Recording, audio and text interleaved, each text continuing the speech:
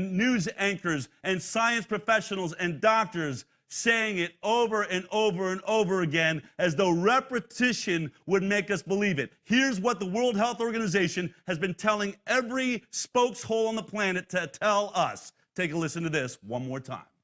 Measles vaccine is incredibly safe.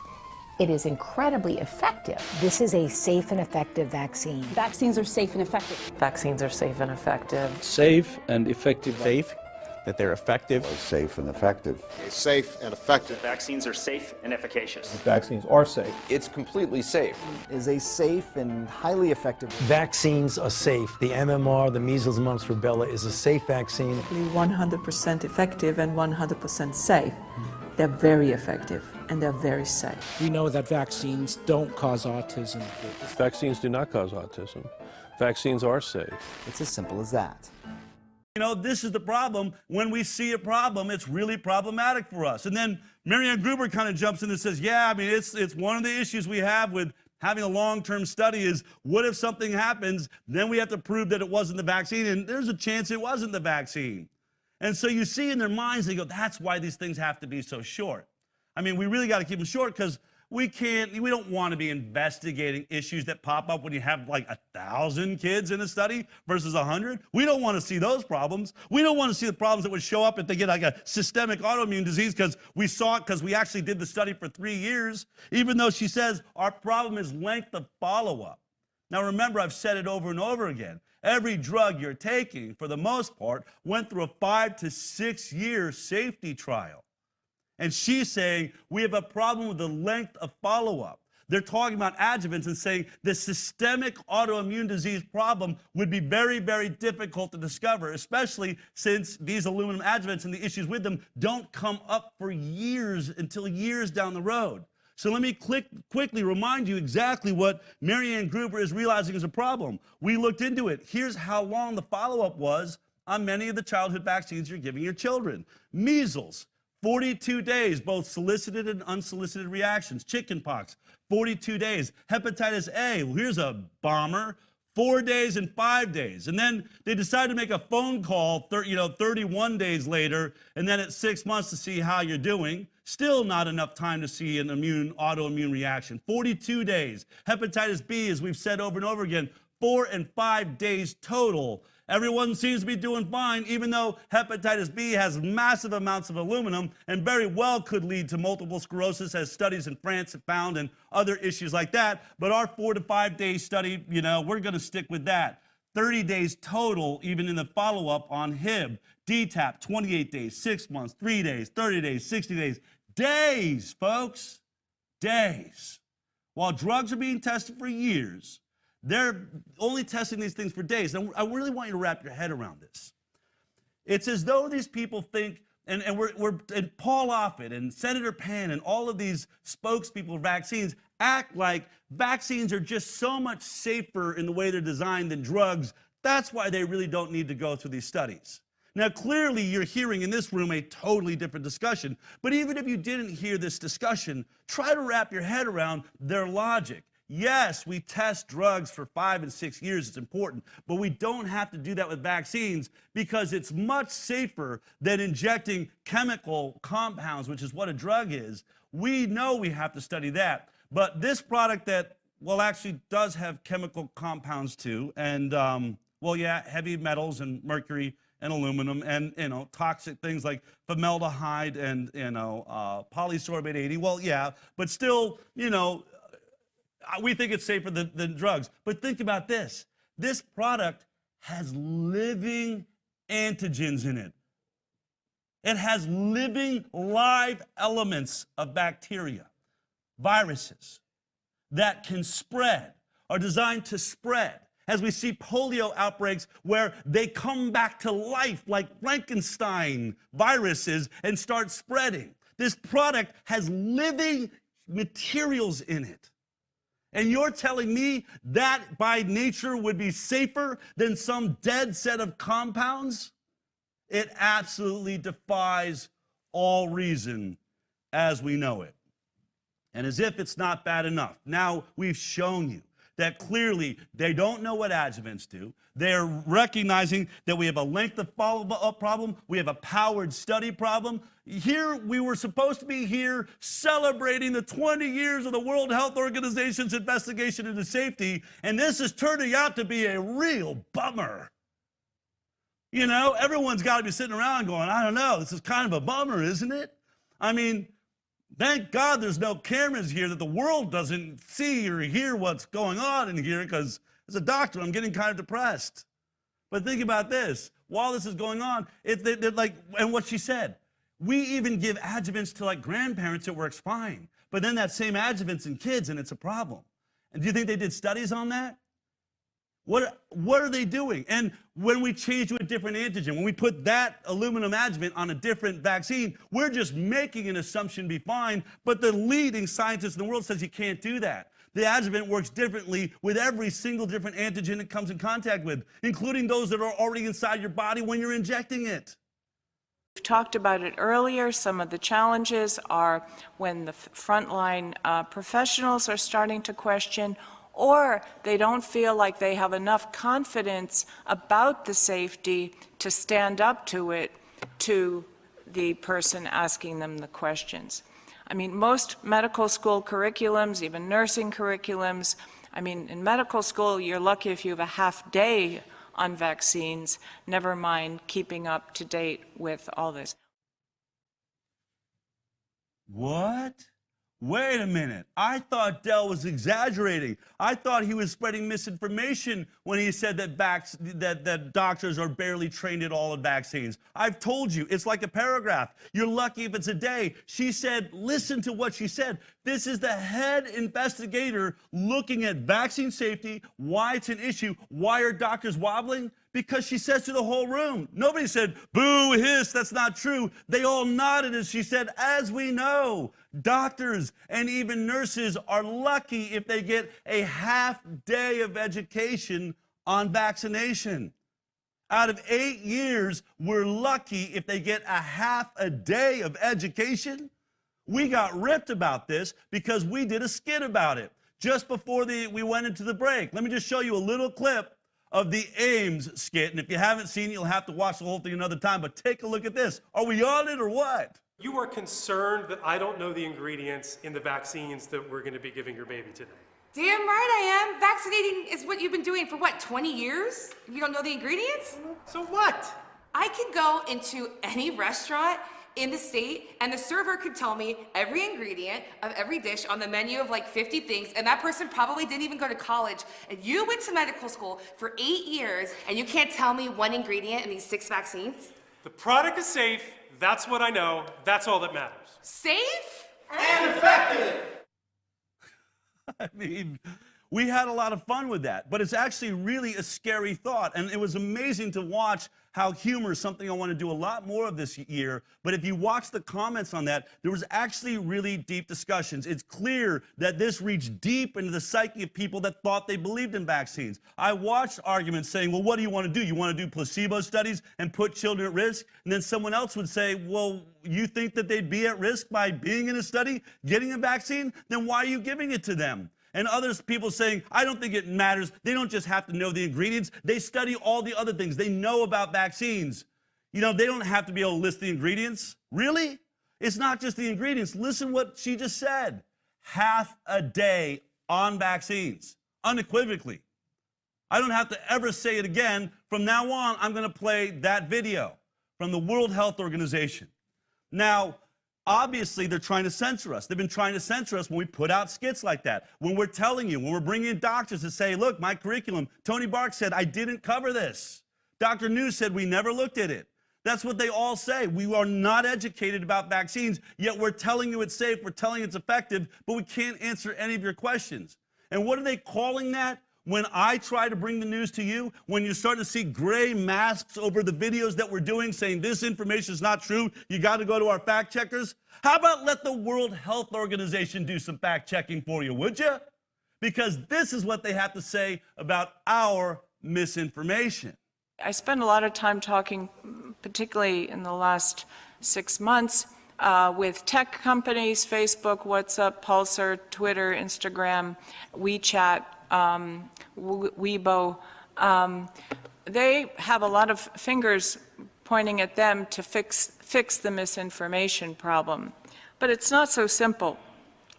One, the biggest problem is a lot of it's not misinformation. Our problem is, as we've heard in the last 48 hours, that there's not anything 100%. And what actually can legally, without creating a censorship thing, can we absolutely say this is misinformation? Because we have a lot of ambiguity in the safety field, and we have to come to terms with that. So we have to think about it differently than deleting misinformation. I'm speechless. I mean, I think you should be speechless right now. These are the people that are writing the mandates. They oversee the AMA, everybody. This is the World Health Organization. These are the world scientists. This is the woman looking into it. What she's saying is, look, we all have to admit that our biggest problem is these things that are being said in these blogs and these posts online. It's not actually misinformation.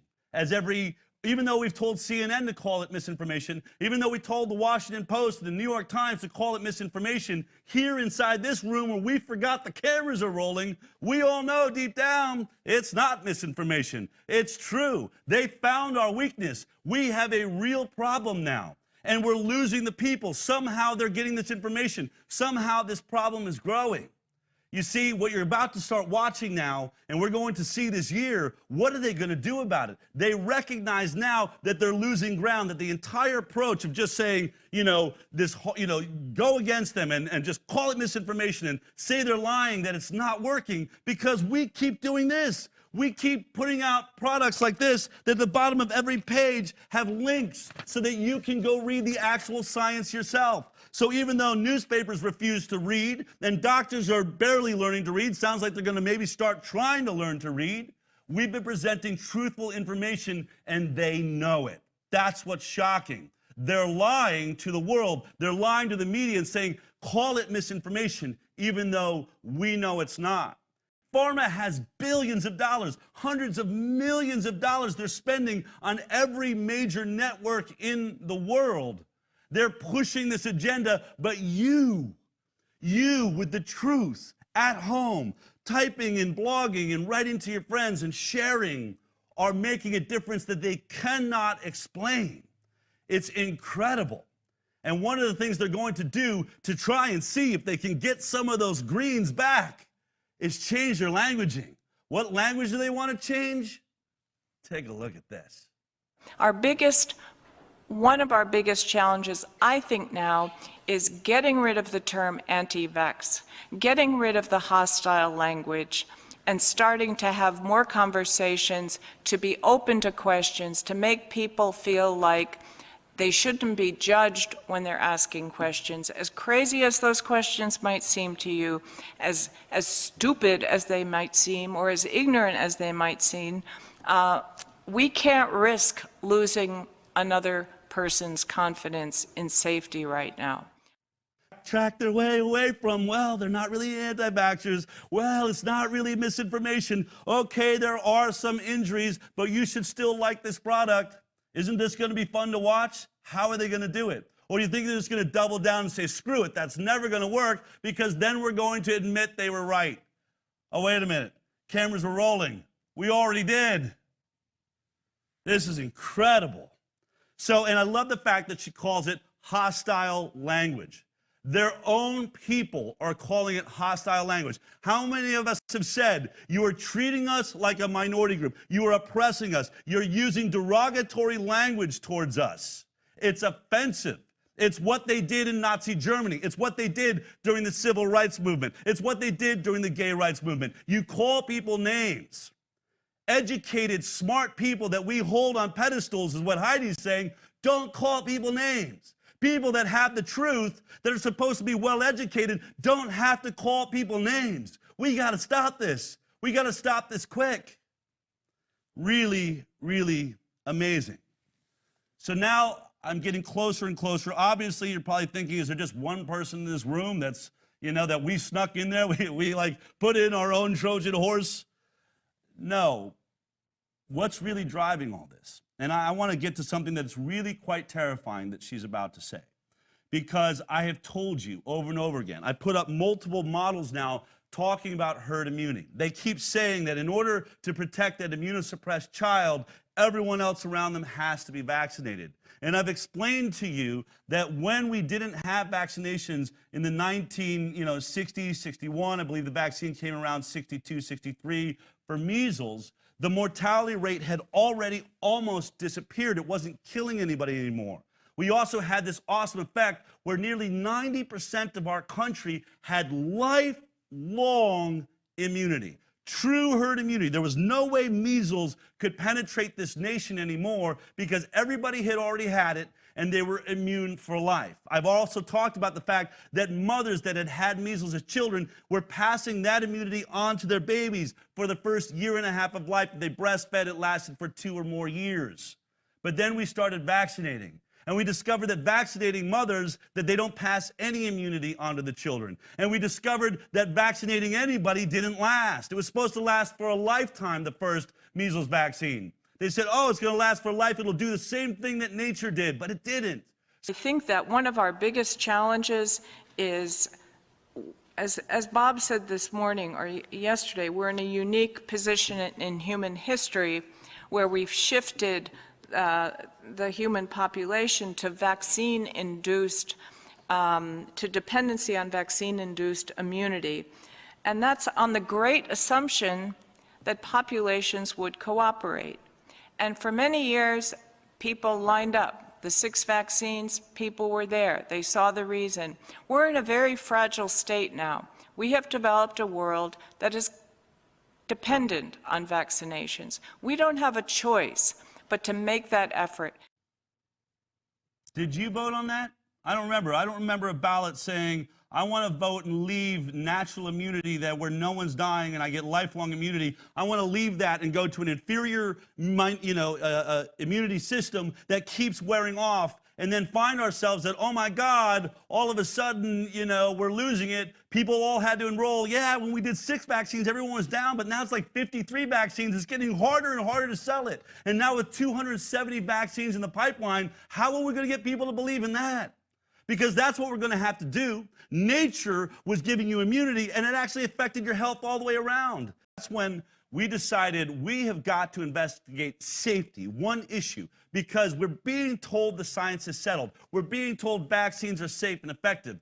But I am seeing, and by the way, even when I was a producer on the Doctor's Television show, I don't know, hundreds, maybe thousands of parents writing in about injury from vaccine. Why aren't you covering this? And so we decided to cover it. We decided safety was the #1 issue, not parental rights, which are obviously the main important part of this, our right to choose. But we thought if we can break safety, if we can show, and if it's true that these parents are right, these millions of eyewitnesses around the world, that they're the ones that are correct, especially if no science has been done to disprove them. We're hearing science is done, but is it actually being done? So here she's saying safety. Look at these graphs because it's really, you can see why she's shocked. When you look at one of the reasons you lack vaccine confidence, look at that line, 31. I mean, it's almost triple any other argument they have about vaccines. Safety is what people reacted to. Here again, fear of side effects, a low risk of contracting the disease. I mean, that was one of the things they said, and that they didn't believe the disease was that severe. They were more worried about the side effects. So your discussions, all of you that got on the Vax bus and told your story, those YouTube stories and those Facebook posts obviously made a massive difference. They are affecting global thinking around the safety of vaccines. But there was something I think of in everything I saw here. What I'm going to show you today is extremely shocking, but not necessarily surprising to me, except this one point right now. I'm going to show you something that blew me away because I did not know that this was true. The other thing that's a trend and an issue is not just confidence in providers, but confidence of healthcare providers. We have a very wobbly health professional front line that is starting to question vaccines and the safety of vaccines. That's a huge problem.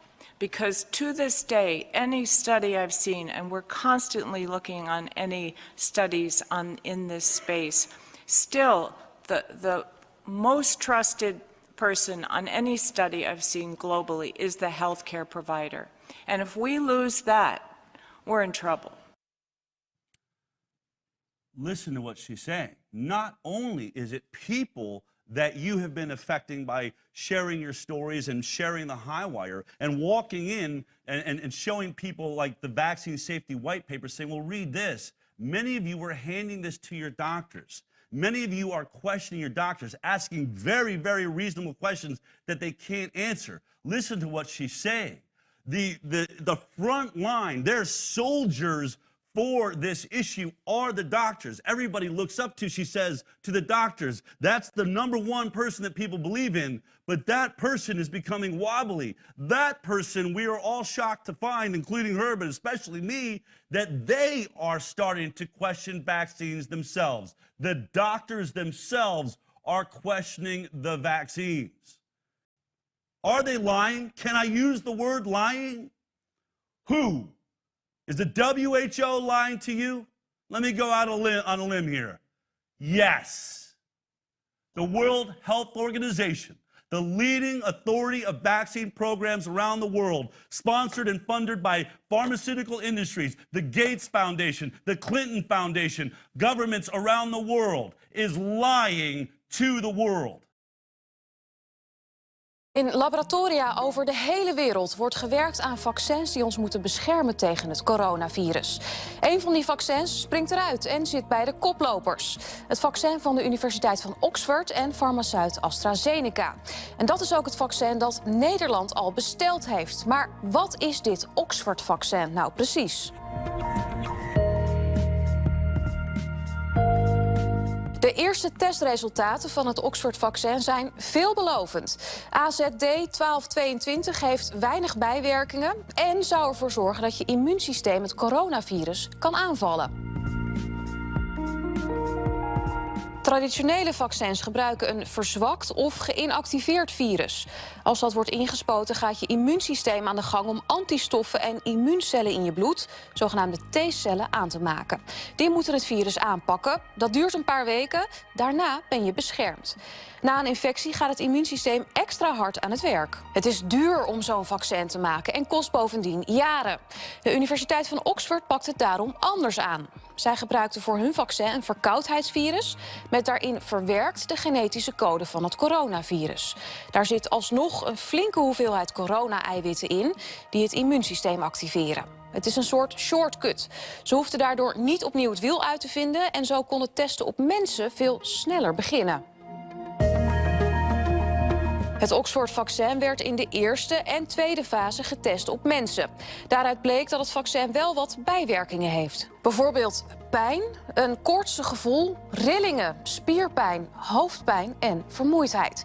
Maar volgens het wetenschappelijk tijdschrift The Lancet waren die van korte duur en konden ze verholpen worden met paracetamol. Het Oxford-vaccin wordt inmiddels getest in een fase 3-onderzoek. De laatste fase van alle testen om na te gaan of het virus veilig is en of het werkt. Normaal duurt het testen in deze fase jaren, maar nu wordt het versneld. Het vaccin wordt op tienduizenden mensen getest. In Engeland en ook in Brazilië en Zuid-Afrika, omdat daar veel coronagevallen zijn. Eén groep krijgt het vaccin toegediend, de andere groep een placebo, een nepmiddel. Daarna hebben beide groepen evenveel kans besmet te worden met het coronavirus. Als het vaccin goed is, zal het aantal besmettingen in de gevaccineerde groep veel lager zijn en kan de beschermingsgraad worden berekend. Die hoeft geen 100% te zijn. Zelfs vaccins die al jaren op de markt zijn, halen dat niet altijd. Eerst moet dus bewezen worden dat het vaccin mensen beschermt tegen het coronavirus en hopelijk ook de verspreiding van het virus remt. Dan moet er genoeg productiecapaciteit komen. Fabrieken waarin het vaccin gemaakt kan worden. Oxford en AstraZeneca hopen dat ze rond september de eerste 1 miljoen vaccins kunnen produceren. Maar voordat wij dan gevaccineerd kunnen worden, moet het College ter Beoordeling van Geneesmiddelen de vaccins ook nog testen en goedkeuren. In juni bestelde Nederland al 300 miljoen doses. En dat betekent dat als alles voorspoedig verloopt, we het vaccin al aan het eind van dit jaar in handen zouden kunnen hebben. Maar door alle onzekerheden zal het waarschijnlijk pas in 2021 zijn.